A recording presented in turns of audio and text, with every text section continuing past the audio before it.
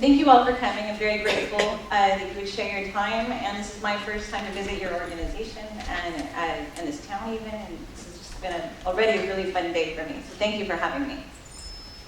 Today we're going to talk a lot about the aid industry. And we're going to use that word on purpose, that it is an industry, it has an economy, and accepting that and working with rules in that way can help it be more effective and more impactful.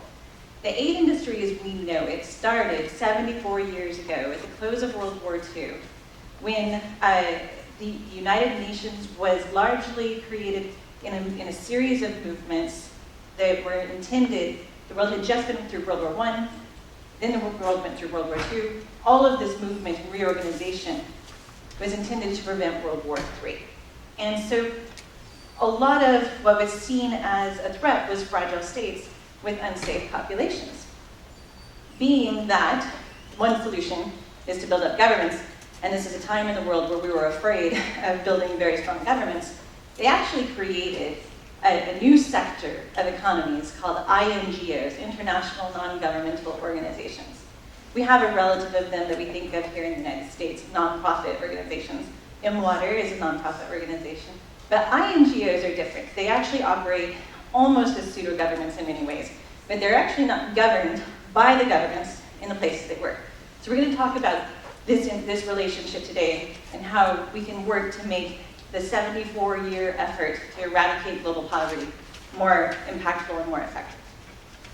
The first thing I'll be doing is covering the 3 most important lessons that have guided Water's founding since my husband and I created it in 2011. This is Dr. John Fury. Oh, I got it. Let me just make sure I start my timer so I can stay really on track with you guys. Okay. So management is the core of every industry, right? And especially in the global aid industry, we really want to focus on all of management comes down to measurement. For young students in the aid industry, I really instruct them to go watch the Bloomberg channel and really see how other industries use data and management to advance their data. But here's the thing, managing the right things is very tricky. So when you look at why we're here, child mortality is really what motivated me and my organization, and it motivates a lot of the aid industry.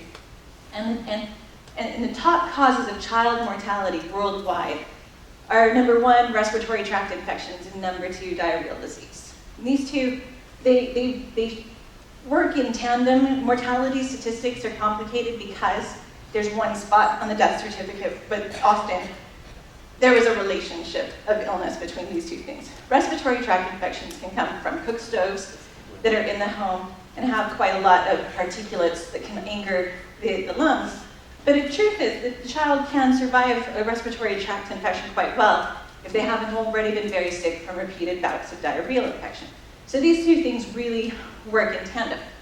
And you might be familiar with, all over the world, how we monitor children in their 0 to 5 years for safety and for thriving. And these are the growth charts that every child begins with birth. Has everybody seen these? Are these new to anything? Okay, very good. So the idea here is, just to give you a background, okay, oops, okay. The idea here is that the child should be on the green middle line, not too, this is a weight for age, not too heavy and not too light, as they proceed in weeks and in months through the first 5 years of life. If they begin to get an illness like diarrheal disease, they might lose a few pounds, and that's a danger sign. Next time they come in for a well baby visit, or next time they come in to see a doctor, that would be a warning sign that something is not going well. They're starting to fall off the growth curve, right? This globally, up until about 12 years ago, has been the most significant and main intervention of the aid industry in terms of child survival and child well-being, to make sure you fill out this growth chart. Every time the baby comes, in the olden days, up until about 10 years ago, they would, the child in most of the places where I work is being held in a sling on the body, and so they would say, keep baby in sling, and they would put the sling on a meat scale, and that's how they would weigh the baby over time. Now, increasingly, they have a digital scale, and they'll say step on and step off and subtract, and you get baby's weight, right? And they have these nice boards. This is one of the most effectively measured targets when it comes to child survival. But we're going to talk about whether measuring this target is effective. Here's what happens. In this case, this is the most classic example of a growth chart. There we go. Baby is born, and these are 2-month segments. So baby is born right here, perfectly thriving on the middle line.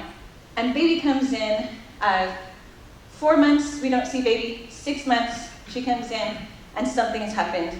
She is ill. She has lost weight for age, right? You can tell she's gained weight, but she's lost weight for what she should be at that age. She is starting to fall off the growth curve.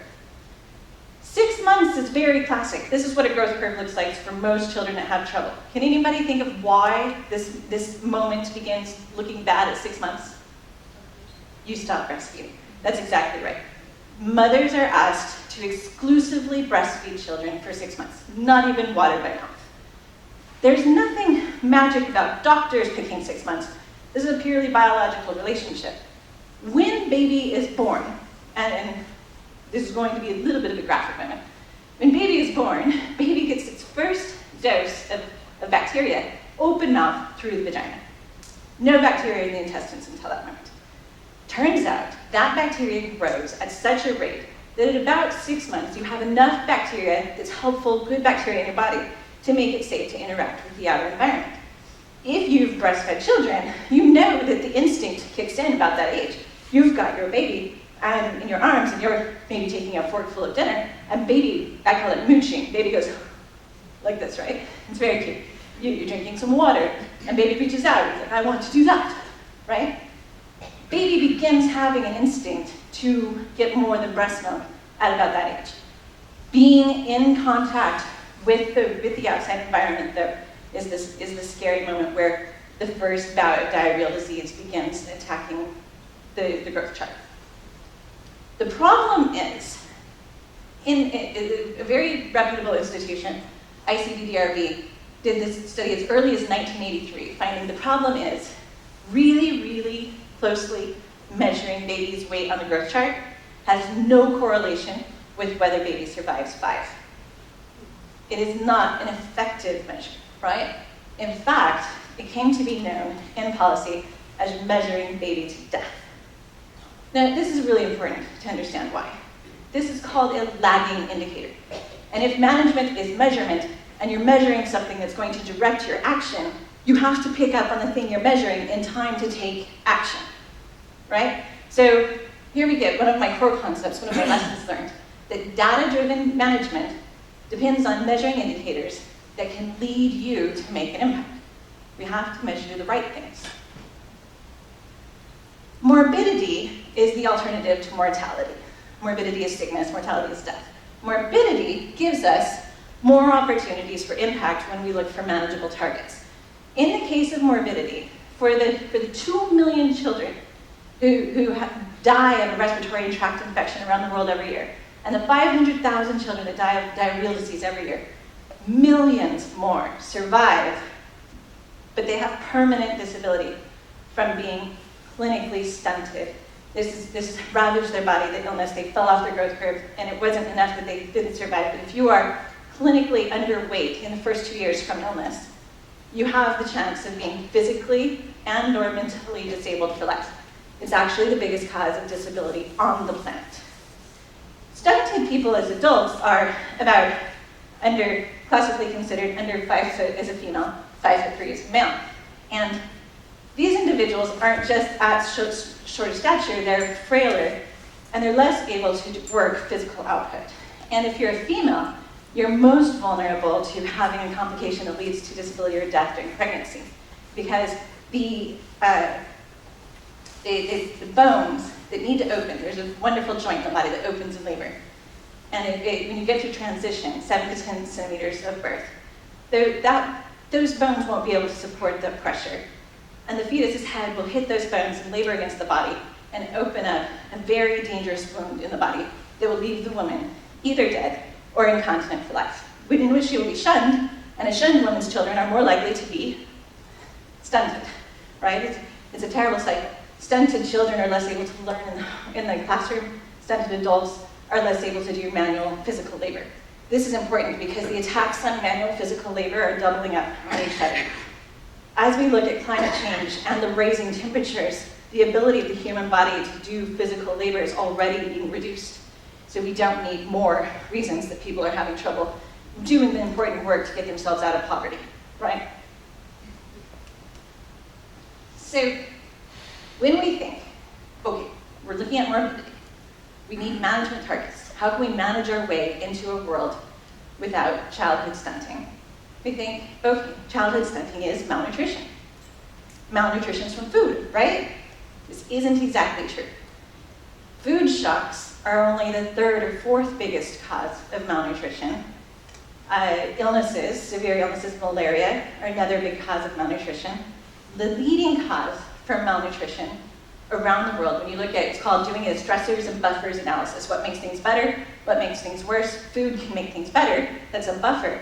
But the stressors are really bad. When it comes to diarrheal disease, cases of diarrheal disease early in childhood cause more malnutrition in children than food shocks and food shortages. It's called a green famine. When you have a country like Ethiopia that has a very thriving economy, and yet 46% of its children are clinically stunted, you're looking at a place with very unsafe water, right?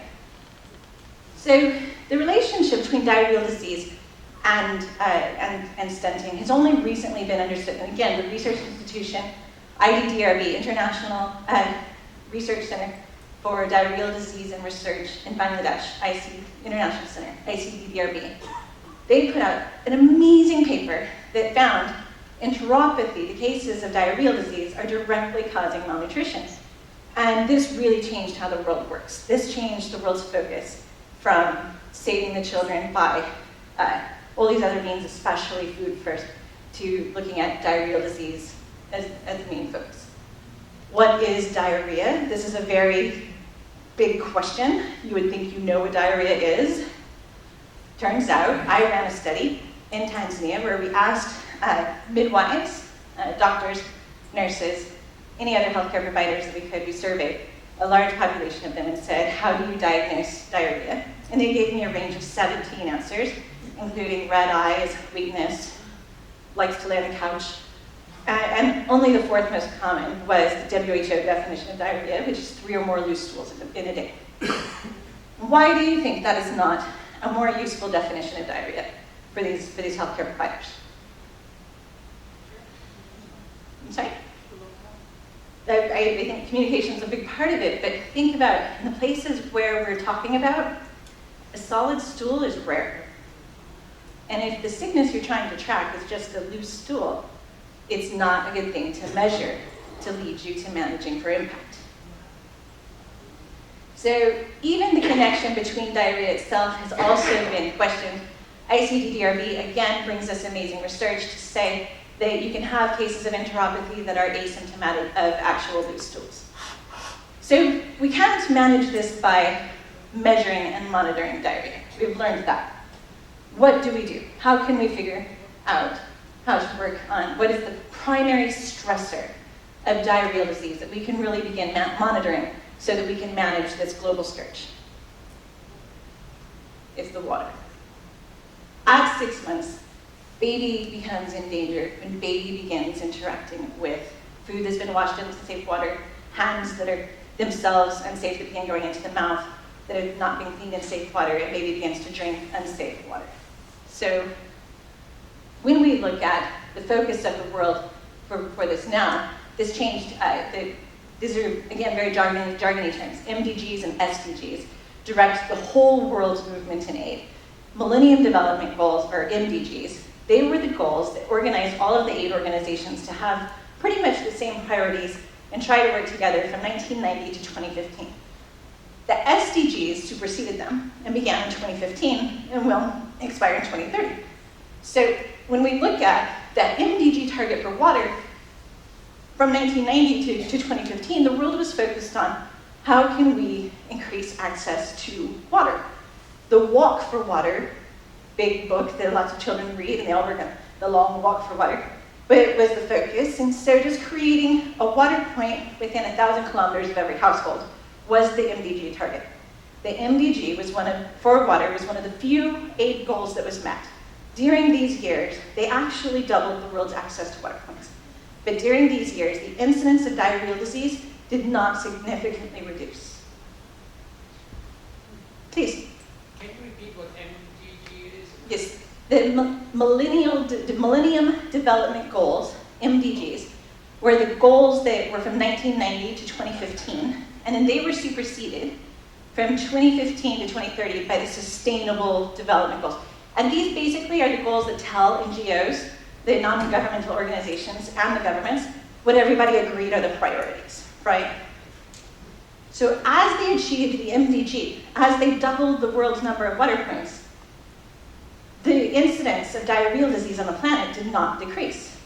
And this is a giant failure, right? The reason is, as bad as a long walk for water is, it's not killing the babies. It's the poo in the water that's killing the babies. So the MDGs actually were working very much on a problem that, although it was important, it wasn't lined up with what they were trying to manage. When we look at why did it take to the SDGs to figure out how to put safe in the priorities? We say, what, was it just that the minds at our universities weren't smart enough? It's not the case at all. They didn't believe there was a possible way to monitor water for safety. In all of these places where you think of these dangerous water points being, they're far from a lab, and these water points themselves are very expensive. How can we support them as scientists, right? So the idea is that they didn't have institutional self-efficacy. Self-efficacy is the belief that if you do something, it will make a difference. They didn't believe that it would matter to monitor the water sources for safety. Let's start the origin story of M-Water. M-Water began in many ways on the space station. John was the lead engineer for air and water monitoring when the Columbia Space Shuttle accident happened. Up until that point, it was very safe to begin, water was very safely monitored by sending samples from the space station down to Earth regularly for the lab to test in this very expensive, high-quality way, right? After all of the space shuttles were grounded, it was on John to figure out how to monitor the water. And if they couldn't figure out that the water was safe on a regular basis for the astronauts, they needed to bring the astronauts home and unman the space station, which would be the end of the ISS, right? So John developed this really easy-to-use, off-the-shelf equipment test that used ingredients from the food industry to check for safe-to-drink water. And it's still used to this day on the space station, right? So in this time period, though, John, who was hoping to be an astronaut, also was learning that the shuttle was grounded and there wouldn't be a flight ready for 20 more years, did a very honorable thing for me and said, let's put your career first, which is global health. So we went and got our doctorates at Columbia, and we said, what can we do with this? My maternal and child health and your water monitoring is something magic. And we developed this test kit because the situation of space, where you're very far from a lab, and there's no real expert, and it's got to be dead easy to use, and fast to use, and not require an incubator and all these hard things, is very similar to the situation of an extremely impoverished community. So we developed this test kit that runs for under $10 a kit that could move the cost of monitoring a water point from $300 a pop to under $10 a pop. And we thought we had just handed the world the secret because we knew that nobody put safe in the word for MDGs. This was towards 2012, when we could see that the MDGs were not making dramatically safer water. We thought we'll hand them this in time for the SDGs, and we'll make sure that they put the word safe in the SDG, because now every NGO, every water aid and charity water and water.org, every organization you know of that's out there working in water should be testing if the water's safe while they're doing it. And it worked. We lobbied. We were part of other organizations. We're not the only test that was emerging on the market at that time. We successfully got the word safe in the SDG. So you'll see the SDG says we want safe and affordable drinking water. No longer near you drinking water. Not that that target doesn't matter. It is a valuable target for health and well-being. But this was the big change in the policy. It was a big splash. NASA was very proud of us for moving a technology from space to Earth, and we made lots of newspapers. But I have to tell you, in every meaningful way, we were failing. Nobody was using our product. In the course of developing our product, our test kit, we also developed a mobile app that would help people map the water point that they were testing and record the result of that water point while they were there. It was a very simple technology. But as we looked forward to what was failing, nobody was using our test at all. And we couldn't figure out what was going wrong. When we looked into it, the project model of aid is itself a problem. If you've ever interacted with a water organization, I'm guessing that it was for a birthday or an anniversary where you asked to raise money in your name and a well would be dug and a plaque would be put on it, right? And it would cost X amount of dollars and you would know that you had done that. That's called a project model. It starts and it ends, you raise the money, it fits in a spreadsheet very nicely. That is not management. There's no ongoing cost, there's no one responsible for it as they walk away. And this is what aid was doing. There was no way for the aid industry to assume the responsibility of safety over time when most of these water points that they were using were not safe the day they were dug, much less a year later, because they didn't have that standard of safety in mind when they created it. The other thing is, in aid, there are these dependency cycles. Even if a giant World Bank or UN fund comes in and gives you the funding as ex-government to help create a monitoring program, when that ends, you're dependent on writing for more aid. All of the funding was from them. So it's a dependency cycle in aid that is part of how it worked for 74 years that was keeping them from having anything like an ongoing management approach to water systems. And finally, there is the very fact of the perverse economy that is created in the aid industry itself. In a well-functioning economy, you can see how there is a demand for a product that is identified by a great entrepreneur or a public service individual. They create an offering of that product. The consumers use it or they don't. It's done, people go home if the consumers don't use it, right? It has to start all over again. If the consumers use it, more demand is created, there's more unmet need, and more of that product or service happens, right? That's not what was happening in the aid industry. In the aid industry, the donor defines the demand. A large foundation, the United Nations organization, the World Bank, a big NGO that's running a big PR campaign, they define what's going to happen. Then they get implementing NGOs or local governments or individuals to do their work, and those people then create lots and lots of reports about what they've done. This is called M&E in the aid industry, monitoring and evaluation. Most of the money that is not a direct implementation in a budget actually goes to M&E in a program. And these are filling out surveys and reports saying, we did this. We did it, here's pictures of it, use the pictures in your ad campaign. Yay, we dug the well, we left, right? Whether someone uses it and whether it's used enough to create more demand is not part of this cycle. So a big reason that we don't see more functioning economies in aid industry work is because it was never designed to be that way. So when we looked at our failures, we could see that we were very bad at getting uptake from the NGOs and the multilateral organizations. But we were actually doing a really good job of serving that M&E process. We were getting lots of people who were using our app to map that they dug a water point and to say we did it, and to maybe complete a survey, because we also have mobile surveys where you say, I did this, so many people said they used it, right? That was the part that was going really wild in our user base. So in tech, you take your failures, and you learn from them, and then you pivot. And this is a big part of what the tech industry can bring to other industries. Then you learn to pivot based on what is the true market demand for my product. And the true market demand for my product was the M&E cycle of this perverse economy. So what we've learned is, what gets measured gets done. And if we figure out just right how to work with the existing demand, we can improve the way these people are measuring, because their M&E is a measurement output that directs their management. We realized that in governments, surveys are the engine of how work gets done. In a government, the furthest reach out from the central government is the local government's health workers or the local water workers. And these individuals go house to house, and if they're health workers, they fill out a survey that says, is the mom breastfeeding? How many babies are there now? Is there a water station for hand washing? Is there soap in the water station, right? These are government surveys. They hand it on to their supervisor, and their supervisor will create a survey that is a result of all the surveys. And this is a very common sight to see in a clinic or a government office in a developing country. This one is from Tigray on the Ethiopian-Eritrean border. And this is how the local surveys of how many children are being vaccinated looks. This is how the work gets done. We said we did it.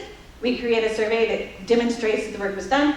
And once a year, we present this to the central government, right?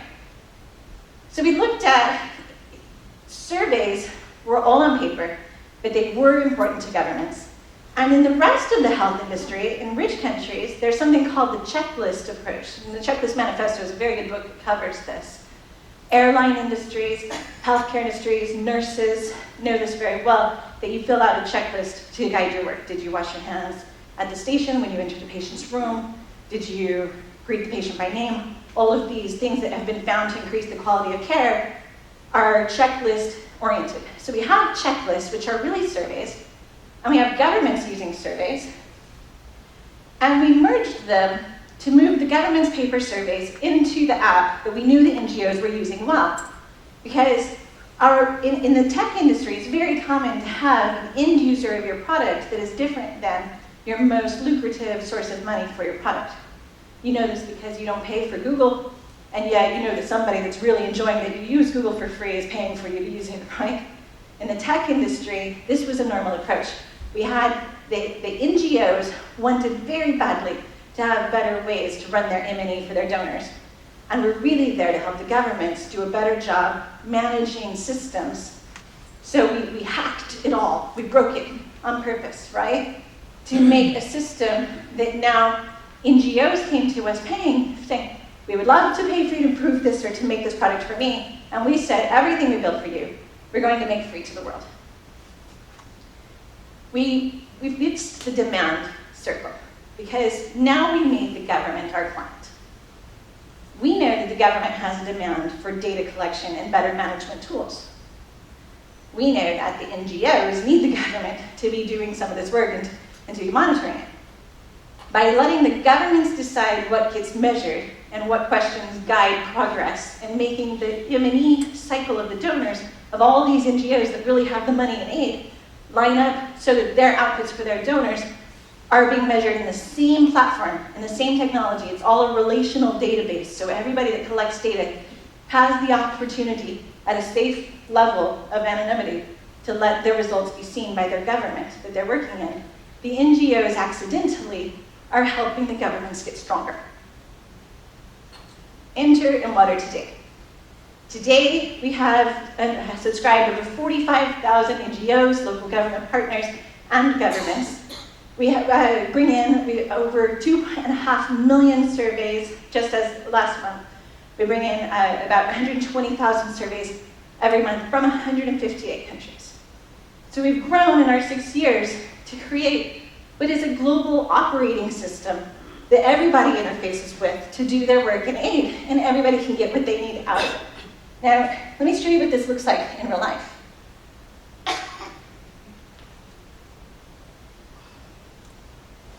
Okay, so this is the platform. And in real life, this is a console in our platform that is used by the government of Haiti. Haiti is the poorest country in our hemisphere. They're a big one that we care about. They're one of 6 countries that we've bubbled up enough success to actually be adopted at the national level by the government. That also includes Guinea-Bissau, the 3rd poorest country on the planet, Malawi, the 9th poorest country on the planet. So in the places where we see the most need, we're actually seeing the most uptake from the governments on a platform that could help create an atmosphere of collaboration in management. In this platform, you can see what we've done is we have the black dots are household, so they identify population density. The bigger dots are water point locations with a 500 meter out from them circle. So remember that Mdg target, is there a water point within a kilometer? So this is 500 meter. And then whether the dot is green or yellow is the water point functioning and safe. So this is what the government is using as their platform that they tell the NGOs to use, as you can see, to communicate the government's goals of what we want to do. They have the NGOs interfacing with this platform to help decide where to spend the next dollar, the most important question a poor government can ask. We know this pipe could serve a lot more people if we spent the dollar here, right? And it also helps us make safer decisions like, let's use pipes wherever we can instead of wells, because pipes scale and wells don't. Now, also in Haiti, this organization, it's a very large organization in the NGO in Haiti called Haiti Outreach, uses the same platform to show their donors what they're doing. You can see how this looks more like what you might think of as an aid industry output. We are doing this. We are doing, all the results of their M&E process are here for their donor-facing material. So by giving the NGOs what they need to survive and thrive, which is donor-facing, we did this show-off material, their M&E, and making it in the same platform where the governments are doing their work of managing the straight, long path that's not project model work, we're actually making the government the client that we all work to serve. And in the point, 74 years ago, we were afraid to build strong governments, but now we're not. Now we want strong governments, and this is making it better.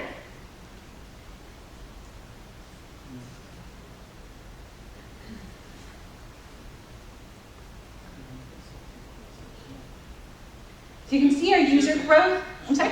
That last slide was depicting the water situation in Haiti. Yes, sir. Have you been there to see that yourself? Yes, I have. In person on the ground? Yes, I have.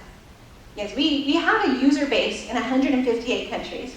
But most of our users, 99% of our users, use the platform without me knowing who they are, without me knowing to be there.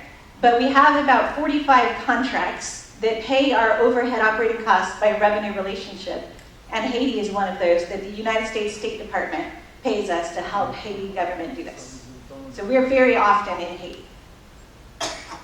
Anything else? Okay. Our user growth over time follows an exponential curve that you would expect of the tech industry. We're not linearly growing, we're actually exponentially growing. This is scaling, which is also what we need in the aid industry to achieve what we're trying to do. We started most at the grassroots level. We found that the best uptake we could achieve was with local and city governments and with these individual NGOs or local organizations. And then we began, just in the last 2 years, getting national government buy-in and working more with the State Department and the United Nations, such as UNICEF. But at this point, our goal is to work increasingly to move even past water to all of health. We've moved into healthcare facility management, to emergencies management. I was just in Cox's Bazar, the biggest refugee camp in the world in Bangladesh. Also spreading this approach to management so that the many NGOs that are invested in helping Cox's Bazar can also work to strengthen the local government.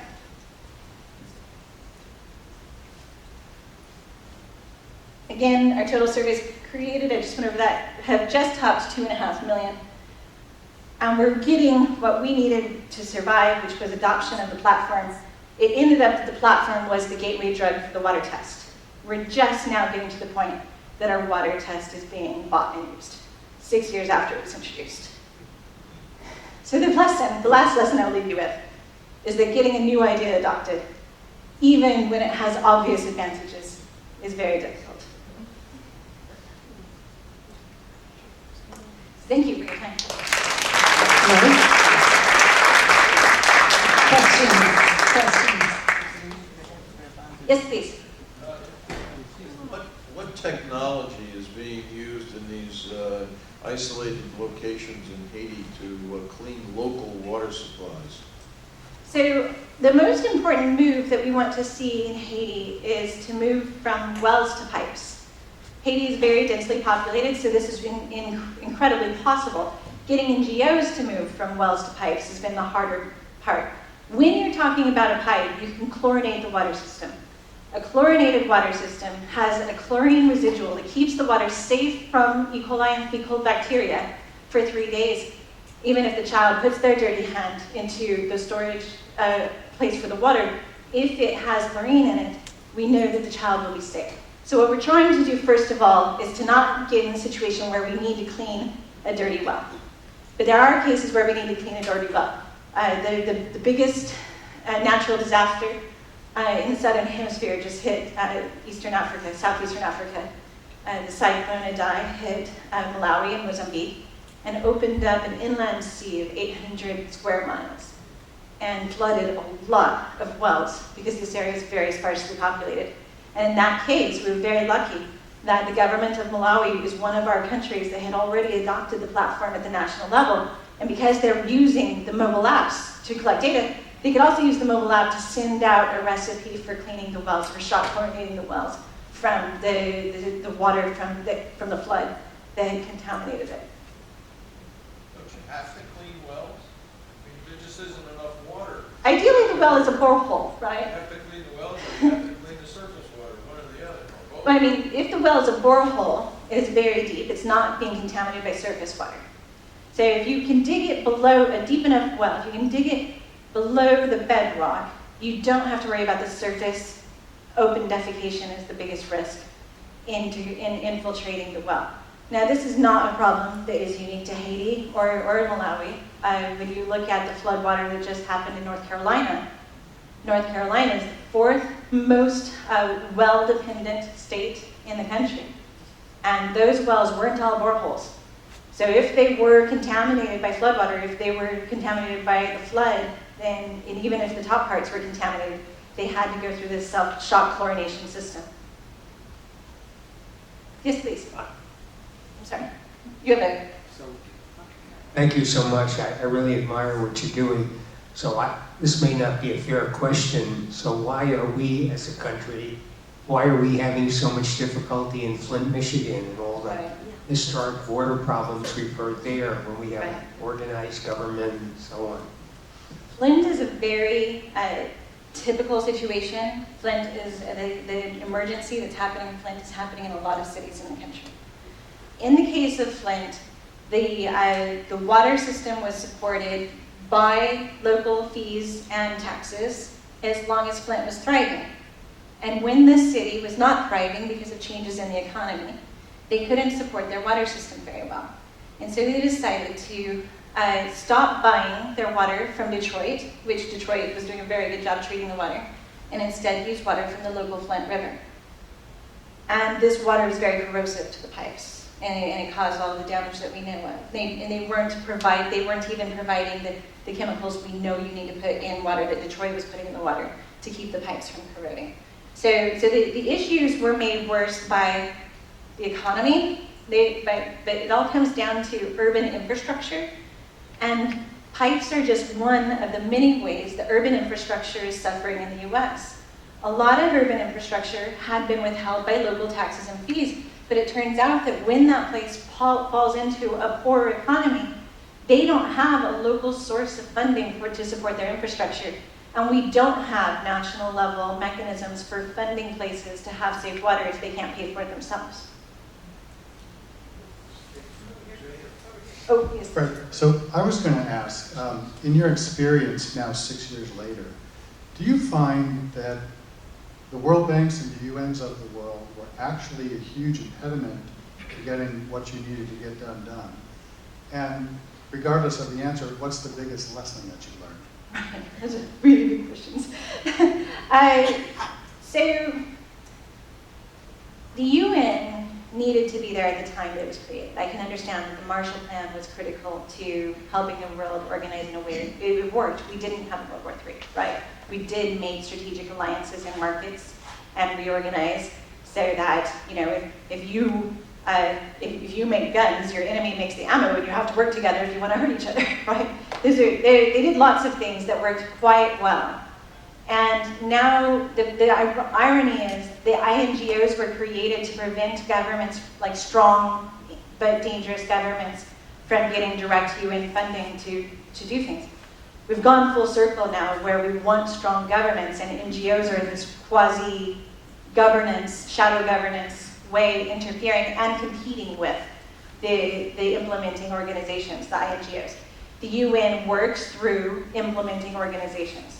So even more so than the UN being part of the problem, I think the INGOs have themselves become, unfortunately, an impediment or competitor to local governments trying to get themselves out of a position where they need them. And in some states, Ethiopia and Ghana, and to some degree Afghanistan, are trying to take steps to prevent more INGOs from building in their country. They want to start receiving the money directly from the UN or from donors. And by changing the model, we could start paying the governments to where if there was an implementing organization needed, the governments would then pay CARE or Water.org or WaterAid these to come in and do their work. We could change the model. We could fund the governments more. And I think there's a way to fix that. You know, I think the most important lesson that I have learned, and I try to impart on all of my staff and the students that I teach, is to trust governments. People come in and very judgmentally, and they say, well, I'm telling you what to do, and they're not listening to me. And local people have rational agendas, and you need to come in and trust local governments. Who has my mic? Yes, hi. In terms of New York City water infrastructure, and apparently it's like over 125 years old, I was curious, just in a nutshell, how you would rate their water infrastructure. That's great. I did a podcast about these two questions recently, so I'm really ready for these two questions. But New York City has historically had this famously amazing water. It's actually out of compliance with the EPA at the moment. And this is because they pay farmers way up in the Croton Aqueduct to not use chemicals and not do anything in the surface water level, because they do collect surface water and take it in large pipes down to New York City, treat it, chlorinate it, and distribute it to New York City residents, right? But in recent years, we've had a higher standard for safety than we used to, and it turns out if you do live very long with safe water, you get a risk of the byproducts from chlorination and natural things like leaf bits and dirt in the water that are themselves carcinogenic. And it's a very rare risk, but it's something that the EPA about 20 years ago said all cities that are getting surface water have to filter out all the organic particles before they chlorinate so that they don't run the risk of creating. And you know it, whenever you take a shower in New York City after a big rainstorm, it smells kind of fishy. And that's those byproducts that you're smelling in the water. There's a lot more organic particles in the water on that day, and the chlorine mixing with them makes it kind of stinky. So New York is building a big filter, and they're going to be back in compliance soon. In the meantime, I recommend, it's a very easy thing to do, to put in an inline filter, or you can use a Brita in your fridge, and just make sure that you yourself filter out those particles. But also like the infrastructure, the water piping, under the streets, isn't that very old or? It's doing great. I think that New York has a very good tax base to support it. So they're doing, if you follow them on Facebook, New York Water is a very fun follow, because they put in videos and photos of their infrastructure renewal programs. They're replacing the pipes, and they currently have a program that I think is very admirable to double check all of the public water fountains to make sure that if they've even fallen out of disrepair, or if they're at lead risk, that they are now safe to the public as well.